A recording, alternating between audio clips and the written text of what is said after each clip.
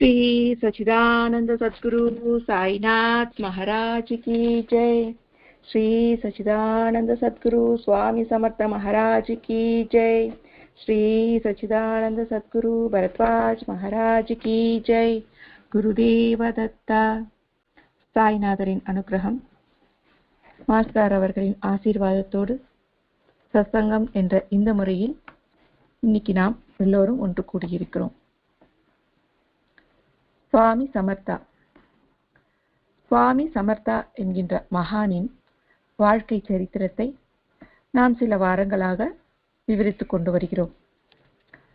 சுவாமி சமர்த்தா இவருக்கு பிறப்பு என்பது இல்லை. இறைவன் எப்படி வானில் இருந்து பூமிக்கு வந்தாரோ அதுபோல் 1856 அகல்கோட்டில் அவர் காட்சியளித்தார். அகல்கோட் என்பது ஒரு ஊர், அதாவது மயிலாப்பூர், பெரம்பூர், வேளச்சேரி என்று சொல்வோம் இல்லையா, அதே போல அகல்கோட் என்பது ஒரு ஊர். அங்கு இந்த அகல்கோட் மகாராஜ் அவதரித்தார். அங்கு அவதரித்த போது அவருக்கு என்ன பேர் என்பதும் இல்லை, அவர் எங்கிருந்து வந்தார் என்பதும் யாருக்கும் தெரியாது. அவர் அகல்கோட்டில் இருந்ததால் அவரை அகல்கோட் மகாராஜ் என்று எல்லோரும் அழைத்தார்கள். அப்போ சுவாமி சமர்த்தா அப்படின்னு சொல்றோம் இல்லையா. சுவாமி சமர்த்தா என்றால், சுவாமி என்றால் தந்தை என்று பொருள், இல்ல சாது அப்படின்னு சொல்லலாம், மகாபுருஷன் அப்படின்னு சொல்லலாம். சமர்த்தர் என்றால் எதையும் செய்பவர், அவர் செய்ய முடியாதது எதுவும் இல்லை என்பது அர்த்தம்.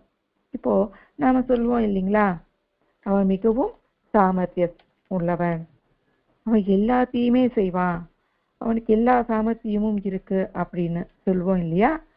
அதுபோல இவர் எதையும் செய்யும் வல்லமை மிக்கவர். ஆகையால் இவருக்கு சுவாமி சமர்த்தா அப்படின்னு சொன்னாங்க, பேர் வந்தது. இவர் அகல்கோட்டில் இருக்கிறதால அகல்கோட் மகாராஜ் அப்படின்னு பெயர் வந்தது. அகல்கோட் மகாராஜ் கிட்ட யார் வந்தாலும் சரி, அவர் படித்தவங்களா படிக்காதவங்களா இருந்தாலும் எல்லோரையும் அவர் பக்தி மார்க்கத்துல திருப்புவார். இப்போ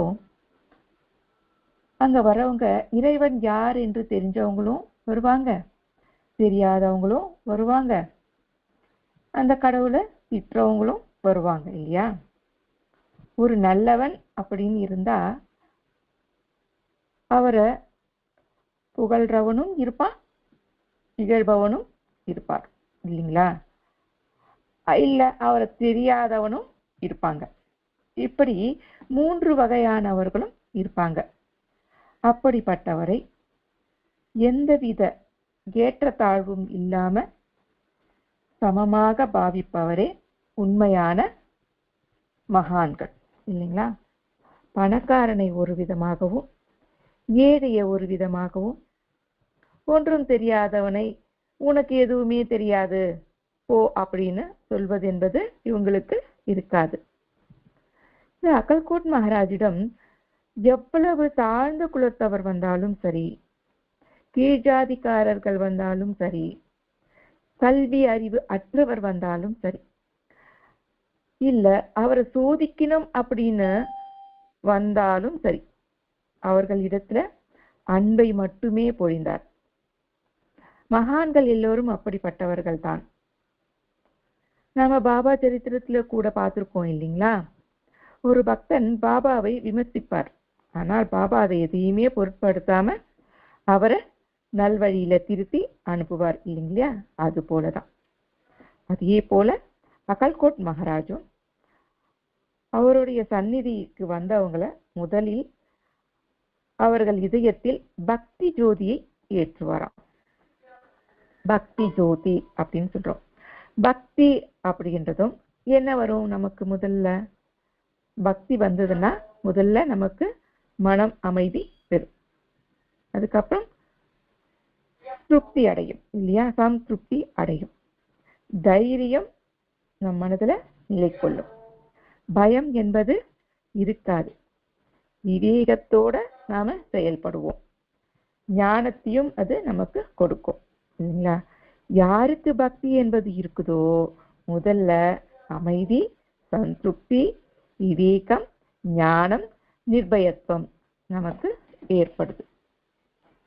இவை அனைத்தும் பக்தி மூலமாகவே நாம சாதிக்க முடியும். ஏன் அப்படின்னா நம்ம புராணத்துல பார்த்தா, அதாவது புராணத்துல இருக்க ராமாயணத்துல ராமர் இடத்துல ஹனுமான் இருந்தார் இல்லைங்களா? சீதாதேவி ராவணனால இலங்கைக்கு கொண்டு செல்லப்பட்டாங்க. அதற்கு ராமர் இலங்கைக்கு செல்ல கடலை தாண்ட பாலம் அமைத்தார். ஆனா ஹனுமான் என்ன செஞ்சார்? அந்த ராம பக்தியால, அந்த ராமர் மேல கொண்டிருந்த அந்த பக்தியால அந்த கடலையே தாண்டினார் இல்லையா? ஆகையால பக்தி அபயத்தை தருகிறது, நமக்கு தைரியத்தை தருகிறது, சந்திருப்தியை நமக்கு அளிக்கிறது. அதே போலதான் மகாபாரதத்திலையும் பாண்டவர்கள் எவ்வளவு கஷ்டப்பட்டாங்க. இருந்தாலும் கிருஷ்ணனின் அபயஹஸ்தம் அவங்களுக்கு அதிகமான சக்தியை தந்தது. ஆகையால பக்தியின் முக்கியத்துவத்தை தெரிய வைப்பதே மகான்களின் லட்சியமாக இருக்கு. இதே போல சுவாமி தன்னை நாடி வந்தவர்கள் இதயத்தில பக்தி என்ற விதியை விதைப்பார். முதல்ல பாபா சரித்திரத்துல நாம பார்த்தோம் இல்லைங்களா? ஒரு தரிசலான நிலத்தை நன்றாக உழுது ஒரு பூந்தோட்டமே உருவாக்கினார் இல்லையா? அதுவே இன்னைக்கு லெண்டிபாக்காக மாறி இருக்கு. அதே போல் ஒரு தரிசலான நிலத்தை உழுதுவதால் அந்த நிலம் எப்படி சாஃப்டா ஆயிடுமா? அந்த சாஃப்டா ஆனதுல நம்ம எந்த விதை விதைச்சாலும் அதுக்கு விளைச்சல் நன்றாக இருக்கும். அதே மாதிரிதான் கடினமான நமது மனதை அவர் திவ்ய சக்தியை கொண்டு உழுது பக்தி என்ற விதையை அவங்க விதைக்கிறாங்க. அந்த விதை நன்றாக வளர்ந்து நம் வாழ்க்கையில ஒரு பூந்தோட்டமாக அமையுது. அதே போல் அகல்கோட் சுவாமியும் பக்தி என்ற விதையை விதைத்தார். ஆனா சிலர் சுவாமி என்றா பிடிக்காதவங்களும் இருந்தாங்க. நல்லது அப்படின்னா கெட்டதும் என்பதும் இருக்கும் இல்லைங்களா? அதே போல சிலர் இருந்தார்கள். இப்போ எப்பேற்பட்டவர்கள் அப்படின்னா, சுவாமிய தன்னுடைய பெயரை கெடுக்கணும் அப்படின்ட்டு அவங்க இருந்தாங்க. அதே சிலர் இருந்தாங்க. இப்போ நல்வழிப்பட வேண்டும் என்பதுதான் சத்குருவோடைய லட்சியம் இல்லையா? அப்போ அங்க பொறுமை என்பது வேண்டுமா இல்லையா? ஆமா, வேணும் இல்லைங்களா? சரி, சுவாமியை பிடிக்காதவர்கள் எப்படியாவது இவர் பேரை கெடுக்கணும் அப்படி என்பதற்காக அங்க இருக்கிறவங்க எல்லாம் என்ன செஞ்சாங்கன்னா, அந்த ஊர்ல இருக்கிற ஒரு விலை மாதுவை சுவாமி கிட்ட அனுப்பினாங்க. அந்த பெண் சுவாமியின் பக்கத்துல உட்கார்ந்தா. மகான்களின் எதிரிலே எப்பேற்பட்ட அழகி வந்தாலும் அவர் மனம் சஞ்சலம் அடையுமா என்ன? இல்லை இல்லைங்களா?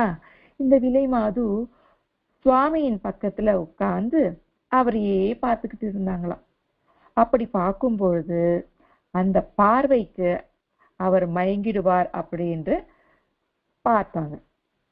ஆனா அதற்கு சுவாமி ஏன் அப்படி பார்க்கிற அப்படின்னு சொன்னதும் அந்த வார்த்தையில், அந்த ஒரு வார்த்தையில் என்ன சக்தி இருக்குதோ தெரியல. உடனே அந்த பெண் வெக்கி தலை குனிந்து அவரை வணங்கி போயிட்டாங்களாம். அவள் வந்தது எதுக்கு? அனுப்பியவன் எதற்காக அனுப்பினான்? இது எல்லாமே என்ன ஆச்சு? காற்றோட கலந்துச்சு. அதுக்குதான் மகான்களின் சந்நிதியில், அதாவது சத்குருவின் சந்நிதியில் எப்பேற்பட்ட கெட்ட எண்ணங்கள் இருந்தாலும் விலகி செல்லும். எங்கு இறையருள் இருக்குதோ அங்கு கெட்ட எண்ணங்கள் உள்ளே நுழைய முடியாது. எந்த கெட்ட எண்ண நோக்கத்தோடு வந்தாலோ அதை விடுத்து சுவாமியை சரணடைந்து அவங்க பூஜிக்க தொடங்கினாங்களாம். இதுவே நாமளா இருந்தா என்ன செய்வோம்? அந்த பெண் கெட்ட நோக்கத்தோட வந்தவள், அவளை விலக்கி வைப்போமா இல்லையா? ஆனால் மகான்கள் அப்படி செய்ய மாட்டார்கள். ஏனென்றால் பகவத்கீதையில் கிருஷ்ணன் சொல்லியிருக்கார். அதாவது 9வது அத்தியாயத்தில்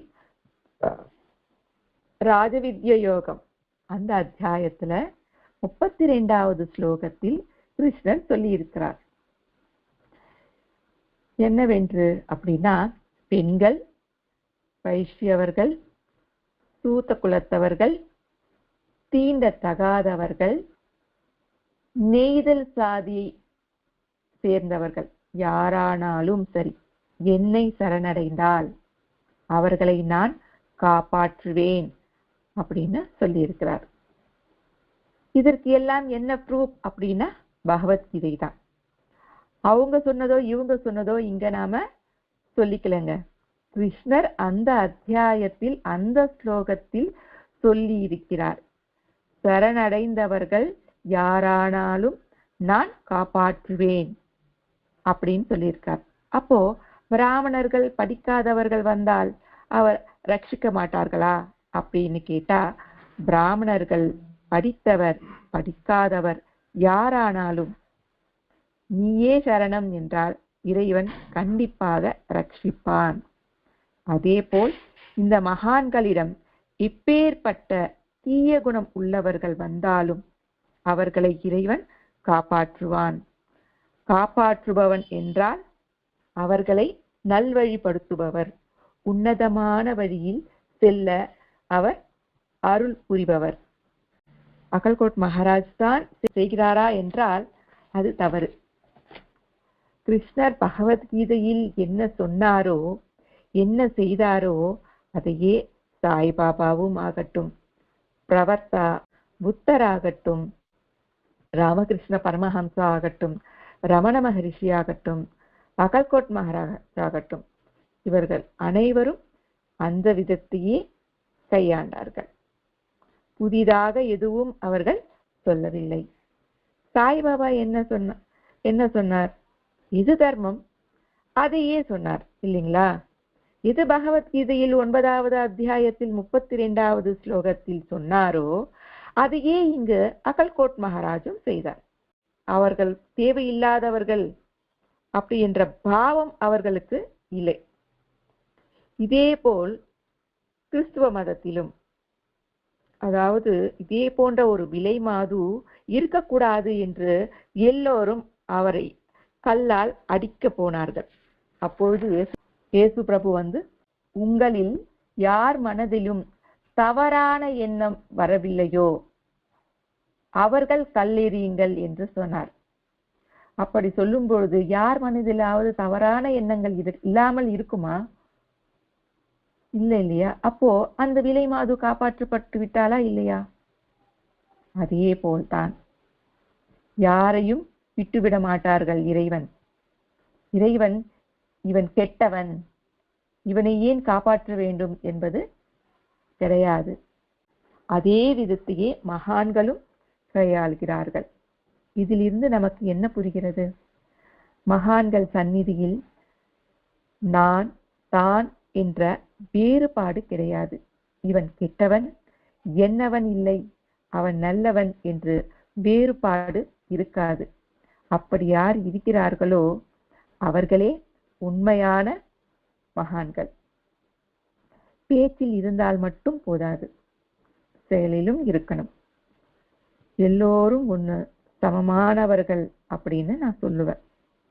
என்னை விட கொஞ்சம் கீழே இருப்பவன் என்ன சாப்பிட்றதுக்கு கூப்பிட்டானா இவன் வீட்டில் போய் நான் சாப்பிடணுமா அப்படின்னு கொஞ்சம் யோசிப்பேன். ஆனா கிருஷ்ணர் என்ன செஞ்சார்? ஏழையான குசேலன் வந்தவுடன் கட்டி அணைத்து அவரை ஆதரிச்சாரா இல்லையா? அதே போல் நாமும் புரிந்து கொண்டு நடந்து கொள்ள வேண்டும். அதை சொல்வதற்கே பாபா வந்தது, அதையே தான் அகல்கோட் மகாராஜும் சொல்கிறார். மகான்களும் நாம் செய்யும் பூஜைகள் மட்டும்தான் அவர்களுக்கு தேவையா அப்படின்னா, அவர்களுக்கு நாம் செய்யும் பூஜைகள் தேவையில்லை. அவர்கள் என்ன சொன்னார்களோ அதை நாம் செயலில் காட்டினால் அதுவே அவருக்கு நாம் செய்யும் பூஜை. அவர்கள் என்ன சொன்னார்கள்?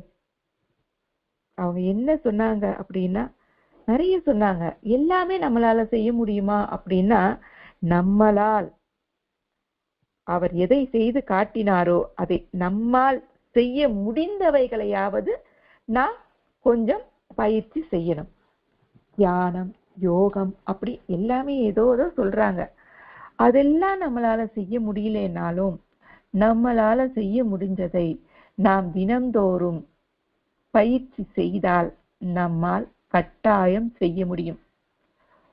ஒரு தாய் பிறந்த குழந்தைக்கு பால் குடிக்க தெரியாது. ஆனால் அந்த தாய் அந்த குழந்தை தன் மார்போடு அணைத்து அதற்கு பால் ஊற்ற பயிற்சி கொடுப்பாள். பிறகு அந்த குழந்தை அந்த பயிற்சியை மேற்கொண்டு பால் குடிக்க கற்றுக்கொள்ளும் இல்லைங்களா? அதுபோல் பயிற்சி செய்தால்தான் நம்மளால் எதையும் செய்ய முடியும். சாதனை இல்லாம எதுவும் இங்கு நமக்கு வராது. இப்படித்தான் ஒரு பெண் காரில் சென்று கொண்டிருக்கும் பொழுது ஆக்சிடென்ட்டில் தன் காலை இழந்தாள். ஆனால் அவள் தன்னுடைய காலை இழந்தாலே தவிர மன வலிமையையும் பயிற்சியும் அவங்க விடல. அப்படி அவங்க மன வலிமையோடவும் பொறுமையோடவும் அவங்க இருந்ததால தான் அந்த எவரெஸ்ட் சிகரத்தை ஏற முடிஞ்சது. கால் இல்லைன்னா என்ன, எனக்கு மன வலிமை இருக்கு அப்படின்னு அவங்க நினைச்சதால தான், அந்த பொறுமையும் தைரியமும் எல்லாம் இருந்ததால அவங்க அந்த எவரெஸ்ட் சிகரத்தை ஏற முடிஞ்சது. பொறுமை என்பதும் நமக்கு தேவை. இப்போ ஒரு சாதம் செய்யணும் அப்படின்னா பொதுவா குக்கர்லன்னு வச்சுக்கோம். இப்பதான் மாடல் ஆயிடுச்சுங்களா, அதனால குக்கர்ல நாம சாதம் செய்யணும் அப்படின்னா 3 விசிலுக்கு அந்த சாதம் வெந்துரும்னு வச்சுக்கோங்க. அத 3 விசில் வர வரைக்கும் நாம பொறுமையோட இருந்தால் அந்த சாதம் கரெக்டான பதத்துல வெந்துரும். அப்படி இல்லாம, நம்பிக்கை இல்லாம கொஞ்ச நேரம் கழிச்சு நாம திறந்து பார்த்துக்கிட்டு இருந்தா அது வேகுமா? அந்த சாதம் வேகாது இல்லையா? அதுதான் நம்பிக்கையும் நமக்கு வேண்டும். நாம அடிக்கடிக்கு அது திறந்து பார்த்தா அது வேகாது. அது போலதான் மகான்கள் சொன்னதை நாம நம்பிக்கையோடு பொறுமையோடும் நாம் பயிற்சி செய்யும் பொழுது பலன் கிட்டும், கண்டிப்பாக கிட்டும். சில நேரம் கொஞ்சம் நேரம் ஆகலாம், ஆனால் கண்டிப்பாக நமக்கு அதனுடைய பலன் கிடைக்கும். இதுக்காக தான் மகான்கள் நமக்காக தான் மகான்கள் அவதரிப்பது. சரிங்களா? அதே மாதிரி 1857 வருடத்துல ஒரு கோடக் கம்பெனி, அந்த கம்பெனி தன்னுடைய அந்த கம்பெனியை ரொம்ப விரிவுபடுத்துறதுக்கும் மக்களை கிட்ட நல்லா போய் சேர்றதுக்கும் அட்வர்டைஸ்மெண்ட் பண்ணுவாங்க இல்லையா, விளம்பரம். அதுக்கு விளம்பரத்துக்கு என்ன பண்ணுவோம்? இந்த காலத்துல நடிகைகள் இல்ல நல்ல தெரிஞ்ச முகங்களை நாம வச்சு அந்த கம்பெனியை நாம விளம்பரப்படுத்துவோம். அதே மாதிரி அந்த காலத்தில் யாரு ரொம்ப எல்லாருக்கும் தெரிஞ்சவங்க, புகழ் இருக்கிறவங்க அப்படின்னு தேடி பார்க்கும் பொழுது அகல்கோட் சுவாமி ஒரு மகான் இருக்காரு. அவர் ரொம்ப புகழடைந்தவர் இருக்காரு. அவருடைய போட்டோவை நாம எடுத்து நாம கோடக் கம்பெனி விளம்பரத்துக்கு பயன்படுத்தலாம் அப்படின்னு சொல்லிட்டு அந்த நிர்வாகத்தின் எஜமானர் நினைக்கிறார். அப்படி நினைக்கும் பொழுது ஒரு போட்டோகிராஃபரை பிடித்து, நீ போய் அந்த மகானுடைய போட்டோ எடுத்துட்டு வா அப்படின்னு இவர் அனுப்புறாங்க. அவரும் அகல்கோட் சுவாமி கிட்ட போயிட்டு, சுவாமி எங்க கோடக் போட்டோ விளம்பரத்துக்கு உங்களுடைய புகைப்படம் எங்களுக்கு தேவை, இதனால எங்களுடைய நிர்வாகம் பெரிய அளவுல லாபம் அடையும் அப்படின்னு சொல்றச்ச மகான்களுக்கு லாபம் நஷ்டம் இவெல்லாம் தேவையா? அவர்கள் தான செல்வத்தின் மேல ஆசை கொண்டவங்களா இல்ல புகழின் மேல ஆசை கொண்டவளா? எதுவும் கிடையாது இல்லைங்களா? அதனால மகான் ஒத்துக்கல. அகல்கோட் சுவாமி என்ன புகைப்படம் எடுத்துக்கிறதுக்கு நான் ஒத்துக்க மாட்டேன் அப்படின்னு அவர்கிட்ட சொல்லிடுறார். ஆனா அந்த போட்டோகிராஃபர் அங்க இருக்கிற சேவகர்கள் மூலமாகவும் நிறைய முயற்சி செய்யறார். அப்படி செஞ்சும் அது அவருக்கு பலனளிக்கல. கடைசியில அவர் என்ன பண்றாருன்னா, சரி நாமளே அந்த மகானுக்கு தெரியாம அவரை போட்டோ எடுக்கலாம் அப்படின்னு சொல்லிட்டு அவரு இப்படி அப்படியே அசைஞ்சுக்கிட்டு இருக்கிறச்ச இவரும் அங்கிட்டும் இங்கிட்டும் போயிட்டு எப்படியோ ஒரு போட்டோ பிடிச்சிடுறார். பிடிச்சிட்டு அதை எடுத்துட்டு போய் கழுவி பக்கத்துல இருக்கிறவங்க கிட்ட, நான் அந்த மகானை அவர் ஒத்துக்கலைன்னாலும் நான் அவரை புகைப்படம் எடுத்துட்டேன், பாருங்க நான் கழுவி எடுத்திருக்கேன் அப்படின்னு சொல்லிட்டு அதை நல்லா ப்ராசஸ் பண்ணி காட்டும் பொழுது, ஒருத்தர்கிட்ட காட்டும் பொழுது, இது என்ன சுவாமி படமா? இல்லையே, இது ராமரோட படமாச்சே அப்படின்னு ஒருத்தரும், இன்னொருத்தர்கிட்ட காட்டும் பொழுது, இல்லையே இது கிருஷ்ணரோட படமாச்சே அப்படின்னு இன்னொருத்தரும், இன்னொருத்தர்கிட்ட காட்டும் பொழுது இது சிவனோட படமாச்சே அப்படின்னு இன்னொருத்தரும், அப்படியே இன்னொருத்தர்கிட்ட காட்டும் பொழுது இது இயேசு பிரபுவின் படமாச்சே அப்படின்னு சொல்லிக்கிட்டு இருக்காங்க. இங்க எப்பாவம் தத்பவதி, அவங்க மனசுல எந்த கடவுள் இருக்காரோ அதுதான் அங்க பிரதிபலிக்குது இல்லைங்களா? அவங்களுடைய எண்ணம் போல் வாழ்க்கை சொல்லுவோம் இல்லையா?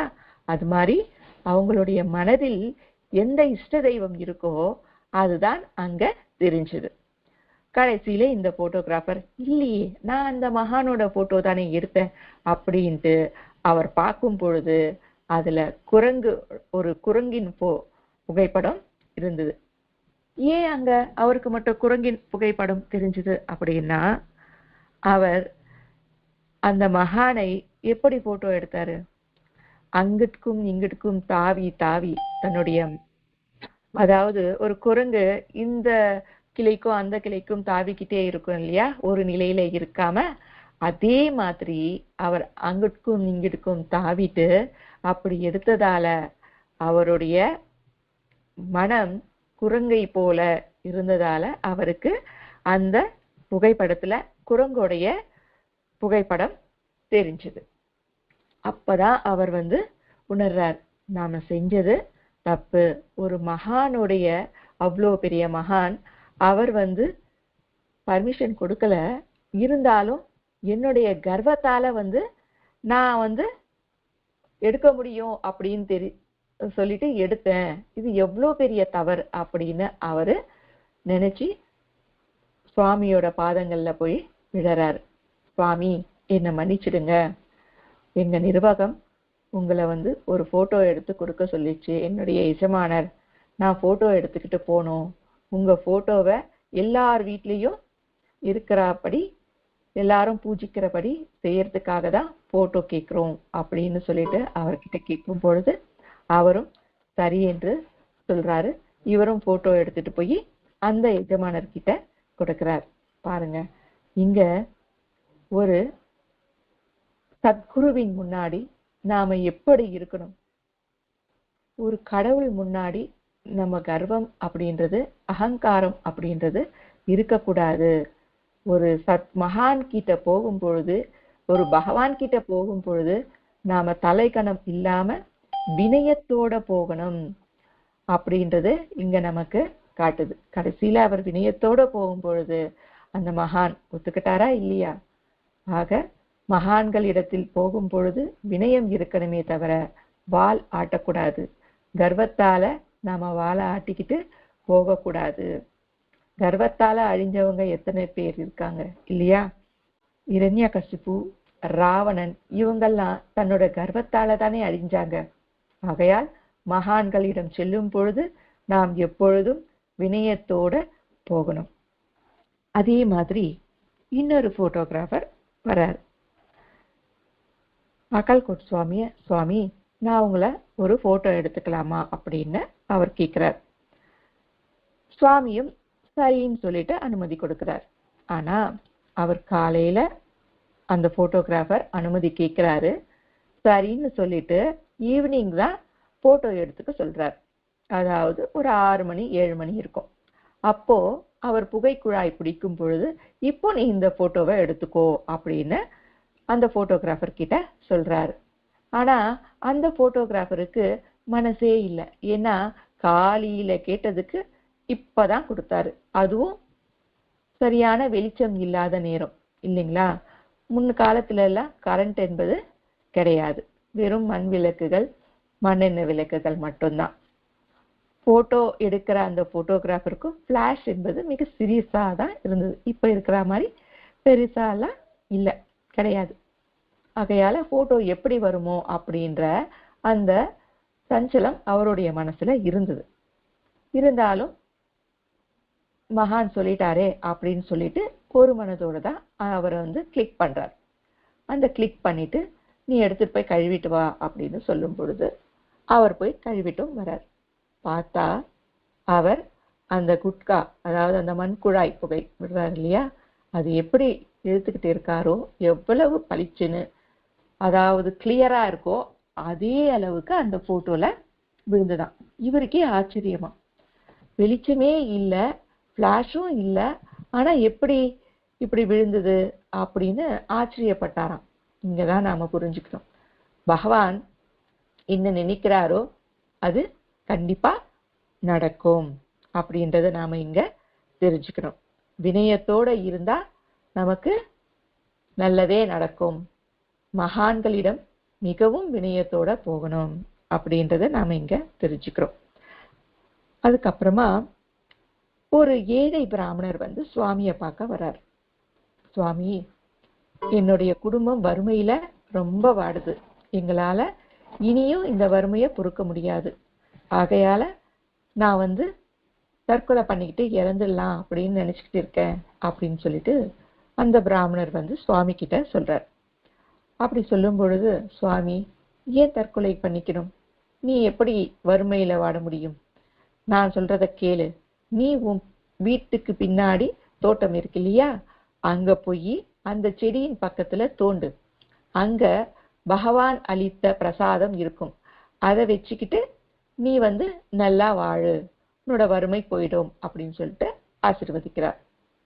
அதே மாதிரி அந்த பிராமணரும் வீட்டுக்கு போய் அந்த செடியின் பக்கத்துல தோண்டும் போது சில தங்க காசுகள், தனம் கிடைக்குது.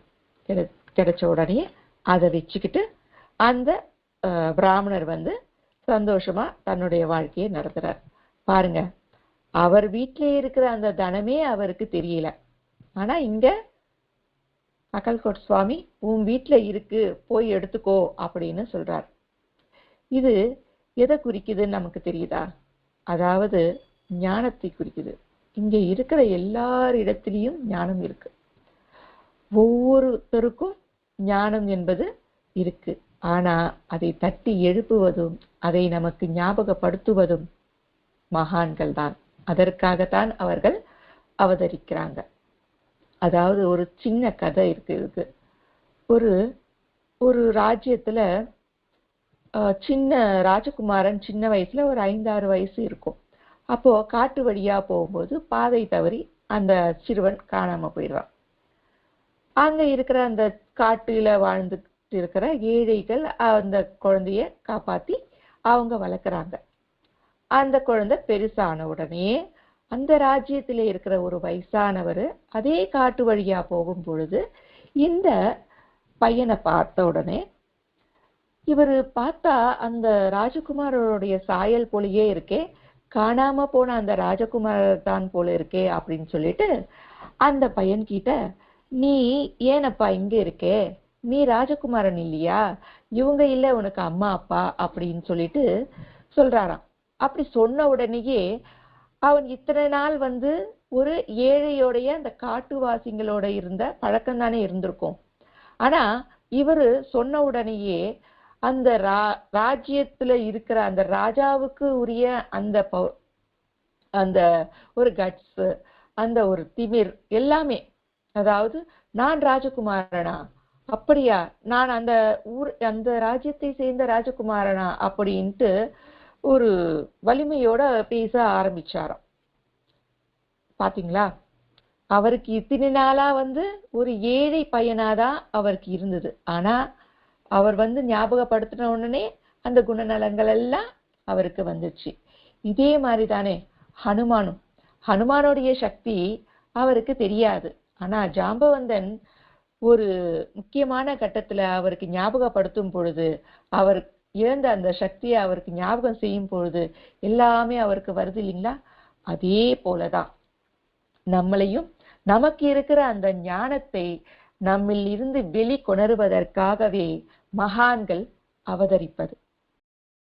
அங்க தோண்ட சொன்னார் இல்லையா, நீ தோண்டிப்பார் அங்க செல்வம் இருக்கும் அப்படின்னு சொன்னார். செல்வம் அப்படின்றது அதாவது வெளிப்படையாக தனமாக செல்வமாக இருக்கலாம், அது ஞான செல்வம்.